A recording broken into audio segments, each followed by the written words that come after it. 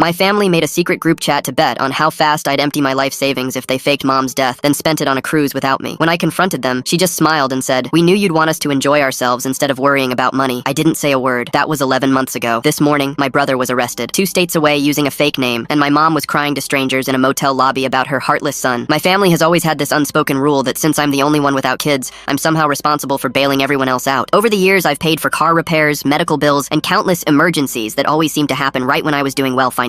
I told myself it was what family does for each other. At least that's what I used to think. 3 months ago, my sister called me sobbing. Mom had been diagnosed with a serious heart condition and needed surgery immediately. The insurance wouldn't cover everything, and they were looking at a $15,000 gap. Dad had already maxed out his credit cards, and my brother was still recovering from his own financial disaster last year. They needed help, and they needed it fast. The calls came daily after that. Mom, weak and trembling, telling me she understood if I couldn't help but that she was scared about what would happen if they had to wait. Dad, proud as always, actually choking up as he explained they might have to postpone the surgery indefinitely. My sister sent me photos from the hospital. Mom hooked up to monitors looking frail and terrified. The doctors were saying time was critical. I had been saving for a house down payment for 3 years. Every overtime shift, every skipped vacation, every night eating ramen instead of ordering takeout, it all went into that account. $18,000. My entire future sitting there, waiting for me to finally buy my own place and stop renting forever. But what choice did I have? This was my mother's life we were talking about. I transferred every penny the next morning. They were so grateful it almost made me cry. Mom actually sobbed when I told her the money was on its way, saying I was saving her life. Dad hugged me for the first time in years, telling me he was proud to have raised such a selfless son. My sister posted on Facebook about what an amazing brother she had, and the whole extended family was praising me for stepping up when it mattered most. For once in my life, I felt like the family hero instead of just the family ATM. 2 weeks later, I was feeling good about myself despite being completely broke. Sure, I was back to square one financially, but I had saved my mother's life. I was eating peanut butter sandwiches for dinner and couldn't afford to go out with friends, but it was worth it. That's when my cousin Jake called me, excited about something he'd seen on social media. He'd spotted photos on my brother's Instagram story. The whole family, mom, dad, my sister, my brother, and all their kids, on what looked like a massive cruise ship. Tropical drinks by the pool, formal dinners in elegant dining rooms, excursions to private islands. The photos were dated from just 2 days ago. Jake was confused because he thought mom was supposed to be recovering from major heart surgery. My stomach dropped to the floor. I hung up and immediately went to my brother's Instagram. There they were, dozens of photos and videos from what was clearly an expensive week-long cruise. Mom looked healthier than I'd seen her in years, dancing on the deck and posing with cocktails. The whole family was having the time of their lives on what had to be a several $1,000 vacation. I drove straight to my parents' house, screenshots ready on my phone. Mom answered the door with a perfect tan and a guilty expression that told me everything I needed to know. When I showed her the photos, she didn't even try to deny it. She just sighed deeply and said they figured I'd find out eventually, but they were hoping it would be after they got back. There was no heart condition, no surgery, no medical emergency at all. Mom had gotten a routine checkup 3 months ago, and they'd used her normal appointment paperwork to create fake medical bills with Dad's printer and some creative photo editing. They'd been planning this family reunion cruise for over 6 months, a luxury trip that I was deliberately excluded from because they needed someone to fund it. My sister tried to justify it by saying they all deserved a vacation after working so hard all their lives. Dad said I made more money than any of them, so it wasn't like I'd really missed the $18,000. Mom actually had the nerve to say they knew I'd want them to enjoy themselves instead of worrying about money, and that I should be happy they used my gift for something that brought the whole family together. But here's the part that really destroyed me. My brother, maybe feeling guilty, or maybe just hammered on post-vacation confidence, pulled out his phone and showed me a group chat from 6 months ago. The whole family had been planning this elaborate scheme for months. They were joking about how gullible I was, making bets about how fast I'd hand over the money when they played the dying mother card, and laughing about how I always fell for their sob stories. I stared at those messages for a long time. Messages about how I was such a sucker, and how easy it always is to get money out of him. They'd even joked about what other fake emergencies they could create in the future. My own family had turned scamming me into a group activity. I walked out of that house without saying another word, but I wasn't done, not even close. They had no idea what they'd unleashed, because being the family's personal ATM for years had taught me a lot about all of their finances, and I had access to information they definitely didn't want getting out. What I did next didn't just get my money back, it completely destroyed their lives. I can't finish it here. I knew exactly where to start. My sister had been bragging on social media for years about her successful online boutique, but I'd helped her with the books when she first started. She'd never changed her passwords, and I still had access to her business accounts. What I found there was exactly what I expected. Years of unreported income, cash transactions she'd hidden from the IRS, and personal expenses she'd written off as business costs. My brother's situation was even more interesting. He'd been running a side business fixing cars in his garage, all cash deals that he'd never reported. I had photos from family gatherings showing dozens of cars in various stages of repair, plus text messages where he'd asked me to help move money around to avoid complications. He'd also been collecting unemployment while working this side gig, something the state would definitely want to know about. But it was my parents who had the most to lose. Dad had been doing under-the-table contracting work for years, and Mom had been selling her homemade crafts online that were actually cheap imports she relabeled. They'd been hiding money in multiple accounts, some under fake names, and I knew about all of them because they'd used me as a reference when opening them. I spent the next week gathering everything: screenshots, bank statements, photos, text messages, years of evidence that painted a very clear picture of a family that had been scamming more than just me. They'd been cheating the system for years while crying poverty whenever they needed something from me. The first move was subtle. I created anonymous email accounts and started sending my sister's biggest clients proof that she was reselling cheap knockoffs as as handmade originals. Within days, her reviews tanked and refund requests started pouring in. She called me crying about how someone was trying to destroy her business, never suspecting it was me sitting across from her at Mom's kitchen table, offering sympathy while forwarding more evidence to angry customers. My brother's comeuppance came next. An anonymous tip to the unemployment office included photos of him working on cars with timestamps showing he was claiming benefits while earning cash. The investigation started immediately, and suddenly he was facing not just repayment of benefits but potential fraud charges. He was at my apartment within hours, begging me to lend him money for a lawyer. I told him I was broke because I'd given everything to Mom's surgery. The look on his face when he realized the irony was priceless. My parents required a more delicate touch. I couldn't go after them directly without revealing my involvement, so I got creative. I started leaving subtle hints around their social circle about their financial situation. A comment here about Dad's new truck. A question there about Mom's expensive jewelry. Soon, their friends were asking uncomfortable questions about how they could afford such nice things if they'd needed their son to pay for emergency surgery. The real blow came when I anonymously sent their church evidence of the cruise photos dated during Mom's supposed recovery. The same church where they'd asked for prayers and donations for her life-saving surgery. The congregation that had held fundraisers and bake sales to help with medical expenses. Suddenly, they were persona non grata at the place they'd attended for 20 years. But I wasn't satisfied with just social consequences. I wanted my money back. That's when I remembered the family reunion planned for next month at my aunt's lake house. Every year, the whole extended family gathered for a weekend of barbecues and bonding. This year would be different. I had plans that would make their cruise look like a bargain vacation. I started by calling my aunt, expressing concern about Mom's recovery, and suggesting we should make this reunion extra special for her. My aunt, who hadn't been told about the fake surgery, was confused but eager to help. I convinced her to let me handle the planning and, more importantly, the deposits for the rental properties and catering. Then I called each family member individually. I told my sister the reunion was canceled due to drama between other relatives. I told my brother it had been postponed indefinitely. I gave my parents a fake date 2 weeks later than the actual event. Each person got a different story, and I made sure to ask them to keep it quiet to avoid family drama. The real reunion went ahead as planned. Every cousin, aunt, uncle, and distant relative showed up, except for my immediate family. The story started coming out quickly. My cousin Jake mentioned the cruise photos to my aunt. Another relative asked about Mom's surgery and was shocked to learn it was fake. By the end of the weekend, the entire extended family knew about the scam. My parents found out when they showed up 2 weeks later to an empty lake house and a bill for the rental they'd supposedly prepaid. The owner informed them that their son had canceled their reservation and received a full refund. The same thing happened with the catering, the boat rentals, and every other expense they thought they'd covered. My sister discovered the truth when customers started asking why she'd missed the craft fair she'd paid to vendor at, another event I'd helpfully canceled on her behalf, pocketing the refund. My brother's revelation came when the classic car he'd bought at auction turned out to be a lemon, because I'd outbid him on the actual car he wanted and bought a look-alike rust bucket to swap in its place. Each discovery led to frantic family group texts that I watched with satisfaction. They were turning on each other, accusing one another of sabotage, not realizing it was me pulling every string. Mom blamed Dad for not being careful enough with the cruise photos. Dad blamed my brother for posting them. My brother blamed my sister for probably running her mouth. My sister accused Mom of being too greedy with the whole scheme. The implosion was beautiful to watch, but I still didn't have my money back. That's when Mom made her biggest mistake. In desperation, she tried the same trick again, this time claiming Dad needed emergency gallbladder surgery. She even sent fake medical bills to the extended family, hoping to recoup some of their losses. But now everyone knew their game. Not only did no one contribute, but my aunt forwarded the emails to me with a note saying she couldn't believe they were trying this again. I had everything I needed. I compiled all the evidence, the fake medical bills, the cruise photos, the text messages from their planning group chat, the proof of their various tax frauds and scams. I put it all in a neat folder and invited them over for dinner. They arrived expecting another confrontation, or maybe an opportunity to guilt me into helping with their mounting financial problems. Instead, I calmly laid out everything I'd done. Every canceled reservation, every exposed lie, every anonymous tip. I showed them how I'd systematically dismantled their lives, just like they'd systematically stolen from me. The silence was deafening. Mom started crying, real tears this time. Dad's face went from red to white to green. My siblings looked like they'd been punched in the gut, but I wasn't done. I pulled out my laptop and showed them a draft email addressed to the IRS, the state unemployment office, and every other relevant authority. It contained everything, years of evidence that would result in audits, investigations, and potentially criminal charges. Here's the deal, I said, my voice steady despite the adrenaline coursing through me. You have 48 hours to return every penny of my $18,000. I don't care if you have to sell your cars, take out loans, or actually get jobs. You figure it out. Every penny, or this email gets sent. My brother tried to argue that they'd spent it all on the cruise. I pulled up screenshots of their social media showing new purchases made after the trip. Dad's motorcycle, Mom's kitchen renovation, my sister's new inventory for her boutique. They had assets. They just didn't want to give them up. But we're family, Mom whispered, trying one last manipulation. Family doesn't steal from each other, I replied. Family doesn't plan elaborate cons and laugh about it in group chats. Family doesn't exclude someone from vacations funded with their life savings. The 48 hours that followed were intense. They tried everything. Guilt, anger, threats to cut me off from the family, even attempting to hack into my accounts to delete the evidence. My sister posted vague messages on social media about toxic people and family betrayal. My brother showed up at my work trying to embarrass me in front of my colleagues. Mom sent flying monkeys, various relatives she'd convinced I was being unreasonable, but I held firm. I had backups of everything in multiple locations. I'd already told Jake and a few other trusted cousins the full story, so their attempts to paint me as the villain fell flat. The clock kept ticking. With 6 hours left on my deadline, they broke. The money started coming in. A wire transfer from my parents for $8,000, a cashier's check from my sister for $5,000, and finally, with With just 30 minutes to spare, my brother showed up with $5,000 in cash that he'd gotten from selling his prized motorcycle. I counted every dollar in front of them. When I confirmed it was all there, I pulled up the draft email and deleted it, but I made sure they saw me save copies of everything to multiple drives first. This doesn't make us even, I said as they prepared to leave. This just means you won't go to jail. We're done as a family. Don't contact me for emergencies, real or fake. Don't invite me to holidays. Don't ask for favors. You called whatever relationship we had when you decided I was nothing more than a wallet to raid. Dad tried to salvage some dignity. You destroyed our lives over money. How does that make you any better than us? I looked him straight in the eye. I didn't destroy your lives. I just made you face the consequences of your choices. Every bit of fallout you're dealing with is from your own actions. I just stopped protecting you from them. They left without another word. In the weeks that followed, I heard through the grapevine about their struggles. My sister's boutique failed completely. My brother had to sell most of his tools to pay back the unemployment office. My parents were audited and had to pay substantial penalties. The extended family kept them at arm's length, no longer trusting anything they said. Meanwhile, I put my $18,000 back in my house fund and added to it over the following months. I finally bought my own place 6 months later, a small but perfect starter home where no family member has ever been invited. My credit score recovered, my stress levels dropped, and I learned the valuable lesson that sometimes the best family is the one you choose, not the one you're born into. The last I heard, they were still blaming each other for how everything fell apart. Mom insisted it was Dad's idea. Dad claimed my siblings pushed for it. My brother said my sister was too greedy. My sister accused my brother of being careless with the photos. None of them ever acknowledged that the real problem was their decision to steal from someone who'd only ever tried to help them. But that's not my problem anymore. They made their choices, and I made mine. And for the first time in my adult life, I'm free from the burden of being the family ATM. My bank account and my peace of mind have never been better. The weeks following their departure brought an unexpected calm to my life. I'd changed my locks, blocked their numbers, and finally started sleeping through the night without worrying about the next fabricated crisis. My coworkers noticed the difference immediately. I was showing up energized instead of exhausted from late-night emergency calls. My friend Kathy, who'd watched this family drama unfold for years, took me out to celebrate my newfound freedom with drinks at our favorite bar. That peaceful period lasted exactly 17 days. The first sign of trouble came through my work email. My boss forwarded me a message from someone claiming to be a concerned family friend who wanted to warn the company about my unstable behavior and vindictive tendencies. The email was anonymous, but I recognized Mom's writing style immediately, the same dramatic flair she'd used in those fake medical documents. She'd always had a habit of using too many adjectives when she was trying to sound official. I showed the email to my boss, explaining the family situation briefly. He'd known me for 5 years and wasn't buying their story, but it still made me nervous. If they were willing to go after my job, what else were they planning? The answer came 3 days later when my landlord called. Someone had reported that I was running an illegal business out of my apartment, claiming I had criminal associates coming and going at all hours. The complaint was anonymous, but the landlord mentioned the caller had sounded like an older man with a slight southern drawl, Dad's signature accent that came out when he was trying to sound authoritative. I had to let the landlord inspect my apartment, which he did with an apologetic expression. Finding nothing but my normal living space and home office setup, he dismissed the complaint. But now I had 2 strikes against me in places that mattered: my work and my home. My sister's attack came through social media. She created fake profiles and started commenting on every professional post I'd made, leaving subtle hints about my questionable ethics and family abandonment issues. She was careful not to say anything that could be traced directly back to her, but the damage was starting to add up. A potential client I'd been courting for months suddenly ghosted me after one of these comments appeared on my LinkedIn profile. My brother took a different approach. He started showing up at places he knew I frequented: my gym, my favorite coffee shop, the grocery store near my apartment. He never approached me directly, just lurked in the background with his phone out, obviously recording. When I confronted him once outside the gym, he claimed it was a public space and he had every right to be there. The gym manager, who knew us both, asked him to leave, but the harassment continued elsewhere. I started documenting everything, taking screenshots and keeping a detailed log of each incident. My friend Benjamin, who worked in IT security, helped me trace some of the fake social media accounts back to IP addresses I recognized. We found evidence linking them to my family members' devices, but nothing that would hold up legally. The escalation came when I received a package at work with no return address. Inside was a printed photo of me at the coffee shop, taken from my brother's stalking sessions, with the words, "We know where you go," written across it in red marker. My hands shook as I held it. This wasn't just about money anymore. They were trying to intimidate me into, what, giving them more money? Letting them back into my life? I took the package to the police, but they said without a direct threat of violence, there wasn't much they could do. The officer suggested I file for a restraining order, but warned me that family cases were complicated and often dismissed unless there was documented physical violence. That night, I installed security cameras around my apartment and changed my daily routines. I started working from home more often, varying my gym times, and avoiding predictable patterns. It felt like I was living in a spy movie, except the villains were the people who were supposed to love me unconditionally. The next phase of their campaign hit me where it really hurt: my friends. My sister reached out to mutual acquaintances with a sob story about how I'd destroyed the family and stolen their life savings through manipulation. She claimed I'd hacked their accounts and fabricated evidence against them. Most people who knew me well didn't believe her, but some casual friends started distancing themselves, unsure what to believe. Kathy stood by me, as did Benjamin and a few others who'd seen my family's treatment of me over the years. But watching my social circle shrink because of their lies stung more than I expected. I'd already lost my family, now they were trying to take my friends too. The financial attacks resumed when I discovered someone had applied for credit cards in my name. 3 different applications, all rejected thanks to the fraud alerts I'd wisely placed on my credit reports months earlier. The applications had used my social security number and personal information that only family members would know. When I called the credit card companies, they confirmed the applications had been submitted from computers in my hometown, right where my parents lived. I spent hours on the phone with credit bureaus, filing fraud reports and adding extra security measures to my accounts. The irony wasn't lost on me. They'd stolen my actual money, and now they were trying to steal my financial identity too. My brother's next move was particularly cruel. He contacted my ex-girlfriend Sarah, whom I'd dated for 2 years before the relationship ended amicably. He fed her a story about how I'd been hiding money from her during our relationship and suggested she might have legal grounds to sue me for financial deception. Sarah called me, confused and concerned, and I had to spend an awkward hour explaining my family's latest scheme. She didn't buy their story, but the fact that they'd dragged her into this mess infuriated me. The psychological warfare continued for weeks. Mysterious calls to my workplace asking about my schedule. Food deliveries I hadn't ordered showing up at my apartment at 3 a.m. My car tires deflated twice. Not slashed, just deflated, so I couldn't prove vandalism. Magazine subscriptions I hadn't ordered started arriving, all with invoices that would eventually go to collections if I didn't catch them. I was exhausted from the constant vigilance, the need to check every account, verify every charge, question every interaction. This was what they wanted, to wear me down until I either gave in or made a mistake they could exploit. The breaking point came when Mom showed up at my apartment building. She didn't try to enter or knock on my door. Instead, she sat in the lobby for hours, telling anyone who would listen about her heartless son who had abandoned his sick mother. The building's security eventually asked her to leave, but not before several of my neighbors had heard her performance. That night, I called Jake. He'd been keeping me updated on the family situation from his perspective, and what he told me was illuminating. My parents were hemorrhaging money trying to maintain their lifestyle without my regular contributions. The crews had maxed out their credit cards, and without their usual under-the-table income streams, they were struggling. My sister's boutique had officially closed, leaving her with thousands in debt to suppliers. My brother had lost several clients after the unemployment investigation became known in his circle. They weren't harassing me just for revenge. They were desperate. The money I'd forced them to return had come from selling assets they couldn't afford to lose. Dad's motorcycle had been his only reliable transportation for side jobs. My brother's tools were essential for his car repair business. My sister's inventory had been her only hope of reviving her boutique, but instead of admitting their mistakes or trying to rebuild honestly, they'd chosen to double down on making me the villain. Jake told me they'd been calling extended family members, trying to borrow money with increasingly wild stories about why they needed it. Most relatives, now aware of the cruise scam, weren't biting. I realized I needed to go on the offensive again. Playing defense was exhausting and reactive. If they wanted a war of attrition, I'd give them one they couldn't win. I started with research. Every public record, every social media post, every financial trail they'd left over the years. Benjamin helped me use legal tools to gather information. Nothing illegal, just thorough. We found patterns I hadn't noticed before. Dad had a gambling problem he'd hidden well, with regular cash withdrawals matching the dates of poker games at a nearby casino. Mom had been selling items on online marketplaces, items that looked suspiciously like things that had gone missing from relatives' houses over the years. My sister had a history of starting and abandoning online businesses, leaving a trail of unhappy customers and unpaid debts. Armed with this information, I crafted a careful strategy. I wouldn't sink to their level with harassment or lies. Instead, I'd use truth as my weapon. I created a simple website, nothing fancy, just a clean layout with a timeline of events. I posted the screenshots from their group chat planning the fake surgery, the cruise photos with timestamps, the fake medical bills they'd created. I included a section called Patterns of Deception that documented, with evidence, their history of financial manipulation going back years. Everything was factual, documented, and presented without emotion or editorializing. I didn't share the website publicly or promote it on social media. Instead, I sent the link privately to every extended family member who'd been contacted by my parents for money. I sent it to the church they'd scammed. I sent it to my brother's client base through a carefully worded email that simply said, "You may want to know who you're doing business with." The effect was immediate. My Aunt Catherine called me within hours, horrified by what she'd read. She'd been considering lending them money for what they claimed was a mortgage payment, but now understood it was likely for gambling debts or credit card bills. Other relatives shared similar stories. Each had been approached with different emergencies, all urgently needing thousands of dollars. My brother's remaining clients started canceling appointments. One sent him a message saying they couldn't trust someone who'd participated in defrauding his own brother. My sister received notices from several online marketplaces that her selling accounts had been suspended due to customer complaints that had been filed after people saw the website and connected her to previous scams. The church formally banned my parents from the premises and demanded repayment of the donations they'd received under false pretenses. The pastor sent a letter that was CC'd to me, expressing deep disappointment in their deception and manipulation of the congregation's goodwill, but I wasn't prepared for their next move. If they couldn't attack me directly or through my relationships, they'd go after my future. I'd been in the process of closing on my house when suddenly, the mortgage company called with concerns. They'd received an anonymous tip that I'd lied on my application, that my down payment was obtained through illegal means, that I had hidden debts and financial obligations. None of it was true, but it triggered a review that delayed my closing by 3 weeks, while I provided documentation to refute each claim. The stress of potentially losing my dream home after everything else was almost too much. I spent sleepless nights gathering bank statements, tax returns, and employment records to prove my financial stability. My real estate agent, who'd been patient throughout the process, warned me that the seller was getting nervous about the delays. That's when Jake provided crucial help. He'd been recording conversations with my parents where they bragged about sabotaging my mortgage application. They didn't know he was documenting their admissions, thinking he was sympathetic to their cause. He sent me the audio files, which I immediately forwarded to my lawyer. The mortgage company, faced with evidence of deliberate interference, expedited my application. The closing went through, but the experience had shaken me. They were willing to destroy my future to punish me for demanding my money back. Moving day arrived with a mix of relief and anxiety. I hired professional movers and didn't tell anyone except Kathy and Benjamin the exact date. I'd learned to be paranoid about sharing any personal information that could be used against me. As I watched my belongings being loaded into the truck, I felt like I was escaping a war zone. My new home was in a different part of the city, far far from my family's usual haunts. It had a security system, cameras, and most importantly, an address they didn't know. I'd even used an LLC to purchase it, adding an extra layer of privacy protection. The first night in my new home should have been celebratory. Instead, I found myself checking security cameras and double-checking locks. The psychological toll of months of harassment had left me jumpy and paranoid. Every car that slowed down outside made my heart race. Every unknown number calling my phone sent my anxiety spiking. But I wasn't the only one suffering. Jake reported that my family's situation had deteriorated rapidly. Without their various income streams and with their reputations destroyed in their community, they were facing genuine financial hardship, the kind they'd only pretended to have before. Dad had been forced to take a legitimate job at a hardware store, his first regular employment in years. The humiliation of working retail at his age, after years of bragging about being his own boss, was eating at him. Mom had applied for work at various craft stores, but her reputation for selling fake handmade items preceded her. My sister was working at a call center, a far cry from her dreams of being a successful boutique owner. My brother had sold his truck and was taking the bus to what remained of his client base. Part of me felt a twinge of sympathy. Then I remembered the group chat messages, the months of harassment, the attempts to destroy my career and relationships. They'd created this situation entirely on their own. The final straw in their campaign came through the mail. A thick envelope with no return address contained printed screenshots of every personal photo I'd ever shared on social media, going back years. Pictures with friends, vacation photos, professional headshots, all printed out with disturbing messages written on them. We're watching. You can't hide forever. Family is forever. This time, the police took it seriously. The messages constituted a clear threat, and combined with my documentation of previous incidents, I finally had enough for a restraining order. The process was draining. Court appearances, testimony, reliving the entire saga for a judge. But when the orders were granted against all four of them, I felt a weight lift off my shoulders. They were legally required to stay away from me, my home, and my workplace. Any contact would result in arrest. It wasn't perfect protection, but it was something. The restraining orders seemed to finally break through their delusion that they could harass me into submission. The reality of potential jail time if they continued their campaign made them reconsider their tactics. The messages stopped. The fake social media accounts went silent. My brother stopped showing up at my regular places, but I knew this wasn't over. People who could plan a 6-month con against their own son and brother don't just give up. They regroup, they plan, they wait for the right moment to strike again. I used the respite to fortify my position. I changed jobs, moving to a company in a different industry where their connections couldn't reach. I legally changed my phone number and only gave it to trusted friends. I removed myself from all social media platforms, deciding that digital privacy was worth more than online connectivity. Most importantly, I started therapy. The trauma of being betrayed by my entire immediate family, followed by months of harassment and stalking, had left deeper scars than I'd admitted. My therapist helped me understand that their behavior wasn't my fault, that setting boundaries wasn't cruel, and that protecting myself wasn't selfish. Through therapy, I also began to understand the dynamics that had led to this situation. My role as the family ATM hadn't developed overnight. It had been carefully cultivated through years of manipulation and guilt. Every time I'd given money, I'd reinforced their belief that I existed to serve their financial needs. The cruise scam wasn't an aberration. It was the logical culmination of a pattern they'd established over decades. But understanding didn't mean forgiving. Some betrayals cut too deep to heal. Some relationships become too toxic to salvage. Sometimes the only way to win is to refuse to play the game anymore. As I settled into my new life, I heard updates through Jake and other relatives. My family had formed their own narrative about what had happened. In their version, I was a vindictive son who'd overreacted to a harmless prank. They'd conveniently forgotten the months of planning, the fake medical emergency, the mockery in their group chat. They painted themselves as victims of my cruelty, forced into poverty by my unreasonable demands. Some distant relatives bought their story. Others saw through it. I stopped caring about controlling the narrative. Those who knew me understood the truth. Those who didn't weren't worth convincing. The restraining orders would expire eventually. They might try to re-establish contact, might concoct new schemes or manipulations, but I was ready now. I had legal documentation, security measures, and most importantly, the hard-won knowledge that family isn't defined by blood, but by behavior. My new life wasn't perfect. I still had trust issues that affected new relationships. I still checked my security cameras more often than necessary. I still felt a pang of loss when I saw other families enjoying normal relationships, but I was free from the cycle of exploitation and manipulation that had defined my adult life. The money I'd saved by not funding their latest emergency grew steadily. My house became a home, filled with peace instead of drama. My career flourished without the constant distraction of manufactured crises. I built new friendships with people who valued me for more than my bank account. Most surprisingly, I found myself becoming someone I actually liked. Without the constant pressure to sacrifice my needs for others' wants, I discovered my own interests and priorities. I took up hobbies I'd never had time for before. I traveled to places I'd always wanted to see but couldn't afford after funding their emergencies. I learned that saying no wasn't selfish, it was necessary. The last indirect contact came through Jake 6 months after the restraining orders were issued. My parents had been evicted from their rental house for non-payment. They were moving in with my sister, who was herself struggling to make rent. My brother had left town entirely, chasing construction work in another state. The family that had once planned elaborate schemes together was fracturing under the weight of their own choices. Jake asked if I felt guilty about their situation. I thought about it carefully before answering. Did I feel guilty? Did I feel sad? Perhaps, but not for them. For the family we could have been if they'd chosen differently. They'd had every opportunity to build honest relationships and legitimate success. Instead, they'd chosen manipulation and deceit. Their current struggles weren't my responsibility or my fault. They were the natural consequences of a lifetime of poor choices finally catching up with them. I'd simply stopped shielding them from those consequences. As I sat in my peaceful home, reviewing security footage that showed nothing but suburban tranquility, I realized something important. The best revenge isn't destroying someone's life. It's building your own life so well that their absence improves it. Every day I woke up without dreading a manipulative phone call was a victory. Every month I saved money without funding someone else's poor decisions was progress. They thought they were so clever with their cruise scheme, their group chat mockery, their elaborate con. But in the end, their cleverness had cost them everything. Their son, their reputation, their financial stability, and eventually, each other. Meanwhile, I'd gained something invaluable, freedom from the toxic cycle that had trapped me for so long. The war wasn't over, might never be truly over, but I'd won the battle that mattered most, the battle for my own life and future. And that victory was worth more than any amount of money they could have stolen. The restraining orders had given me breathing room, but I knew my family too well to believe they'd simply accept defeat. They'd spent their entire lives manipulating situations to their advantage. This was just another obstacle to overcome in their minds. The first test came 3 weeks later. I was grocery shopping when I noticed a woman following me through the aisles. She wasn't being subtle about it, constantly checking her phone and glancing my way. When I doubled back through the produce section, she did too. I abandoned my cart and left through a different exit, watching from my car as she frantically searched the parking lot. Later that evening, Jake called with interesting news. My parents had hired a private investigator to track my movements and find my new address. The woman at the grocery store matched the description of someone who'd been asking questions around my old neighborhood. They were burning through what little money they had left trying to find ways around the restraining orders. I contacted my lawyer immediately. While hiring a PI wasn't technically violating the order, it was clearly an attempt to circumvent it. He sent them a cease and desist letter, warning that any information gathered would be considered stalking if acted upon. The PI dropped the case within days, apparently unwilling to risk her license for whatever my parents were paying. But they weren't done. My sister had found a loophole. The restraining order didn't cover written communication through third parties. She started sending letters to my workplace addressed to current resident, with my name in smaller text, hoping they'd be delivered without triggering legal consequences. The letters were masterpieces of manipulation, alternating between tearful apologies and subtle threats about family secrets she might be forced to reveal. I documented every letter, scanning them before shredding the contents. My lawyer added them to our growing file, noting that while technically legal, they showed a pattern of continued harassment. He suggested we might be able to extend the restraining orders based on this behavior, but I wanted to see how far they'd push things first. The answer came when my brother attempted the boldest move yet. He'd discovered that the restraining order only covered direct contact with me. It didn't prevent him from visiting my workplace during business hours as a potential customer. He showed up at my new company claiming to need our services, scheduling meetings with various departments to evaluate our offerings. My boss, who I'd briefed on the family situation, was not amused. Security footage showed my brother taking photos of employee directories, noting car license plates in the parking lot, and asking pointed questions about work schedules. When confronted by security, he produced documentation showing he was technically a legitimate potential client who'd followed all visitor protocols. It was clever, but not clever enough. My company's legal department got involved, sending him a formal letter banning him from the premises for suspicious behavior unrelated to legitimate business purposes. They also shared the security footage with my lawyer, who filed for an expansion of the restraining order to include my workplace explicitly. The hearing for the expanded order revealed just how desperate they'd become. My brother showed up representing himself, arguing that he had every right to explore business opportunities wherever he chose. The judge, reviewing months of documentation, disagreed. The restraining order was not only expanded, but extended for an additional 2 years. That's when things took an unexpected turn. My Aunt Catherine, who'd been following the situation closely, called with shocking news. She'd been cleaning out her elderly mother's house and found something disturbing. Jewelry that had gone missing from various family members over the years, all hidden in a box labeled with my mother's maiden name. The pieces started falling into place. Those family gatherings where things would mysteriously disappear, always blamed on careless children or outside workers. The way Mom always seemed to have money for small luxuries despite their supposed poverty. The pattern of theft went back decades, long before I was even born. Catherine was furious. She'd lost her grandmother's pearl necklace at a Christmas gathering 5 years ago, devastating her because it was meant to be passed down to her daughter. Now she found it hidden in her own mother's house, clearly placed there by my mother during one of her visits. Word spread through the extended family like wildfire. Other relatives started comparing notes, realizing that valuable items had gone missing whenever my parents visited. The cousin who'd lost his father's watch, the aunt whose antique silver disappeared, the uncle whose coin collection vanished during a family reunion, all of it traced back to my parents' presence. The family confrontation that followed was epic, though I only heard about it secondhand through Jake. 17 relatives descended on my parents' current residence, my sister's cramped apartment, demanding answers and the return of stolen property. Mom tried her usual tears and denials, but faced with Catherine's evidence and the collective memory of the family, her fabrications crumbled. The scope of their theft was staggering. Over 30 years, they'd systematically stolen from every branch of the family tree, selling items for cash while maintaining their facade of poverty. The very relatives they'd begged money from had already been robbed by them repeatedly. My sister, whose apartment was being searched by increasingly angry relatives, finally snapped. She revealed that she'd known about the thefts for years, but kept quiet in exchange for a cut of the profits. Her online boutique had been partially stocked with items stolen from family members, which she'd sold to strangers across the country. The family gave them an ultimatum: return everything that could be returned, pay restitution for what had been sold, or face criminal charges. Catherine, still furious about her grandmother's necklace, was particularly adamant about involving the police. Watching from a distance, I felt a strange mix of vindication and sadness. This wasn't just about the cruise money anymore. It was about a lifetime of deception being exposed. The family that had mocked me for being gullible had been systematically victimizing everyone around them for decades. The pressure finally broke them. Dad, facing potential charges for theft spanning multiple decades, turned on Mom completely. He claimed she'd masterminded everything, that he'd just gone along to keep peace in the marriage. Mom retaliated by revealing Dad's gambling debts were 3 times larger than anyone knew, funded by the stolen goods. My brother, watching his parents' marriage implode while living in his his sister's living room, made a desperate play. He reached out to me through a mutual acquaintance, offering to share information about our parents' crimes in exchange for me dropping the restraining order and lending him money to start over in another state. I declined through my lawyer, but his desperation gave me an idea. I contacted Catherine and suggested she might want to know about Dad's hidden gambling accounts, the ones I'd discovered during my research. She was very interested, especially when I explained how he'd been siphoning family money for years to fund his casino trips. The information spread through the family network within hours. Relatives who'd been sympathetic to Dad's claims of being Mom's unwilling accomplice suddenly saw him differently. The uncle who'd loaned him money for car repairs realized it had gone straight to the poker table. The cousin who'd helped with a medical emergency discovered it coincided with a major gambling loss. The family's financial forensics revealed the true extent of their deception. Between the thefts, the gambling, the fake emergencies, and the various scams, my parents had stolen close to $200,000 from the extended family over 3 decades. The cruise I'd funded was just the latest in a long line of cons. My sister, facing eviction for harboring criminals and unable to maintain rent without her parents' contribution, made one last attempt to salvage something. She created a GoFundMe claiming she was an innocent victim of her parents' crimes, needing help to start over. She conveniently forgot to mention her own involvement in the thefts and her current legal troubles. I forwarded the link to Catherine, who was maintaining a family-wide communication network about the situation. Within hours, the fundraiser was flooded with comments from relatives exposing her role in the crimes. She took it down within a day, having raised exactly $0. The extended family's response was swift and coordinated. They filed police reports in multiple jurisdictions, documenting decades of theft. They shared evidence across state lines, building a comprehensive case. They froze out anyone who tried to defend or assist my immediate family. My parents, now facing actual criminal charges rather than just family disapproval, made increasingly desperate moves. Mom tried to claim mental illness, saying she had a compulsion to steal. Dad insisted he was developing dementia and couldn't be held responsible. My siblings scrambled to distance themselves from their parents while simultaneously begging relatives for money to hire lawyers. Jake kept me informed of each development, but I maintained my distance. The restraining orders were still in effect, and I had no intention of getting pulled back into their chaos. My life had finally achieved the peace I'd always wanted, and I wasn't going to sacrifice that for the satisfaction of watching their downfall in person. The criminal cases proceeded slowly, but inevitably. The evidence was overwhelming, documented across decades by the very family members they'd victimized. Plea deals were offered and rejected as each family member tried to shift blame to the others. My brother, facing his own charges for the unemployment fraud I'd exposed, fled the state entirely. He left behind angry creditors, a furious ex-girlfriend who discovered he'd stolen from her too, and a warrant for his arrest. The last anyone heard, he was working under the table at a construction site 3 states away, constantly looking over his shoulder. My sister's business liquidation revealed even more victims. Customers who'd bought handmade items came forward, demanding refunds for what turned out to be mass-produced imports. Her supplier contracts showed she owed thousands to overseas manufacturers. The state attorney general's office opened a consumer fraud investigation. The family home, the one they'd claimed was at risk when they needed my money, turned out to have been sold years earlier. They'd been renting it back from the new owners while pretending they still owned it, another lie in their web of deception. The real owners, learning about the criminal cases, began eviction proceedings immediately. Mom and Dad, now living in separate weekly motels paid for by court-mandated victim restitution funds, turned their manipulation tactics on each other. Mom filed for divorce, claiming spousal abuse. Dad countered with claims of financial abuse. Both tried to hide assets from each other, not realizing they had no assets left to hide. The extended family established a restitution fund, pooling resources to hire a forensic accountant. They traced every theft, every scam, every diverted dollar. The final tally was staggering, nearly $250,000 over 30 years, not counting interest or emotional damages. I received regular updates through Jake, but stayed focused on my own life. My new job was going well, with a promotion on the horizon. My house had become a real home, decorated with items I'd bought with honestly earned money. My friendships, tested by my family's harassment campaign, had grown stronger. The last direct impact on my life came when the criminal cases required my testimony. I appeared via video link, maintaining the restraining order boundaries while providing evidence about the cruise scam. Seeing my family on the courtroom monitor, haggard, angry, still blaming everyone but themselves, only reinforced that I'd made the right choice. Mom was convicted of multiple counts of theft and fraud, receiving 5 years probation and mandatory restitution. Dad got 3 years probation for his role, plus court-ordered gambling addiction treatment. My sister received 2 years probation for consumer fraud and was banned from operating any business for 10 years. My brother remained a fugitive, with warrants in multiple states. The extended family's victory was Pyrrhic. They recovered some stolen items and got court-ordered restitution, but most of the money was gone forever. The emotional toll of discovering decades of betrayal by trusted family members left scars that would never fully heal. As for me, I marked the conclusion of the legal proceedings by doing something I'd wanted to do for years. I took a real vacation, not a rushed weekend trip squeezed between family emergencies, but 2 full weeks in Europe, paid for with money I'd saved by not funding their latest crisis. Standing in a small cafe in Prague, reading Jake's message about the final sentencing, I felt the last weight lift from my shoulders. They'd stolen my money, attacked my life, and tried to destroy my future. But in the end, their own choices had been their downfall. I'd simply stopped enabling them and let reality take its course. The waiter asked if I wanted another coffee. I smiled, checked my bank balance, healthy and growing, and ordered another round. For the first time in my adult life, I was truly free. No fake emergencies, no guilt trips, no manipulation. Just me, my choices, and a future that belonged entirely to me. The best revenge really was living well, honestly, independently, and completely free from their toxic influence. They'd thought they were so clever, planning their elaborate schemes, but they'd never understood the simplest truth. You can't build a life on lies and theft. Eventually, it all comes crashing down. Mine was just beginning to soar.